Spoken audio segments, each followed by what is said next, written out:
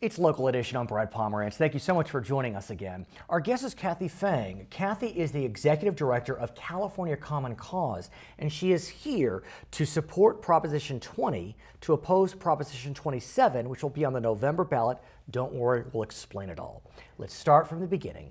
In 2008, the voters passed Proposition 11, which created a Citizens Commission to draw lines for State Assembly, State Senate, and State Board of Equalization. That's right. Go from there.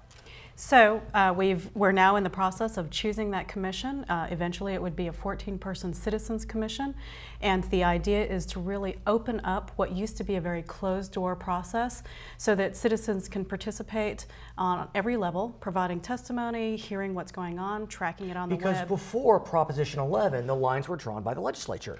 And when they were drawn by the legislature, there was a fundamental conflict of interest because we basically had the foxes guarding the hen house.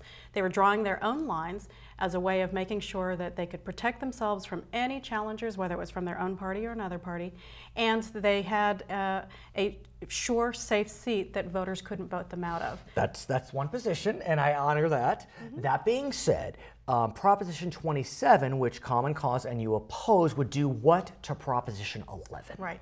So Proposition 27 is basically being proposed by a group of politicians who are very concerned about the idea that citizens would draw the lines and that there would be increased transparency, and they want to dismantle the Citizens Commission. So it would be repeal. It's a bona fide repeal. They would roll back the clock because it'd be even more than that. They would say, hey, courts, you're allowed to pay attention to incumbent protection, and this is perfectly legitimate. Let's move on to Proposition 20.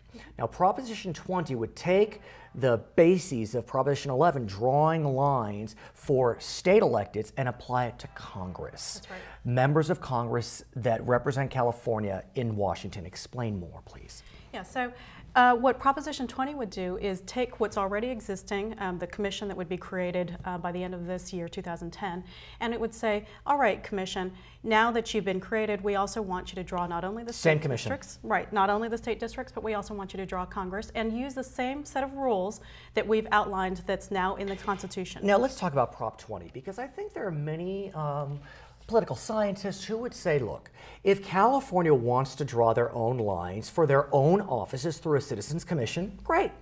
But once you start having different rules for different states, it could disadvantage California because incumbent protection, you know, it may intuitively seem wrong, but in a system like in Washington where seniority counts, all of a sudden California's at a disadvantage because they can't protect their incumbents. Sounds ugly, but until the other states do it, why should we engage in this experiment? I think the most important thing is that citizens said in 2008 that they wanted to be a part of our election system. They wanted to be able to hold politicians accountable, and they really wanted transparency to make sure that their communities wouldn't be cut up. And the idea behind Proposition 20 is if it's good for drawing state districts, that kind of transparency and civic participation is also good for Congress.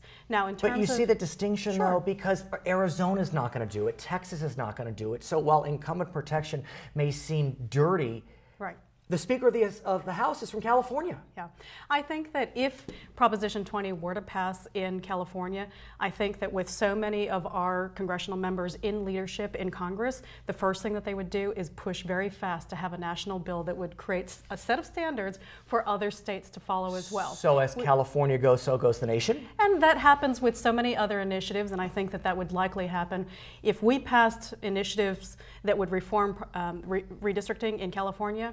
We'd see it happen nationally. Fascinating. Kathay, thank you so much for joining us. She is with California Common Cause. My name is Brad Pomerantz. Remember, if you want to complain, you have to vote. The election's November 2nd. Back to HLN.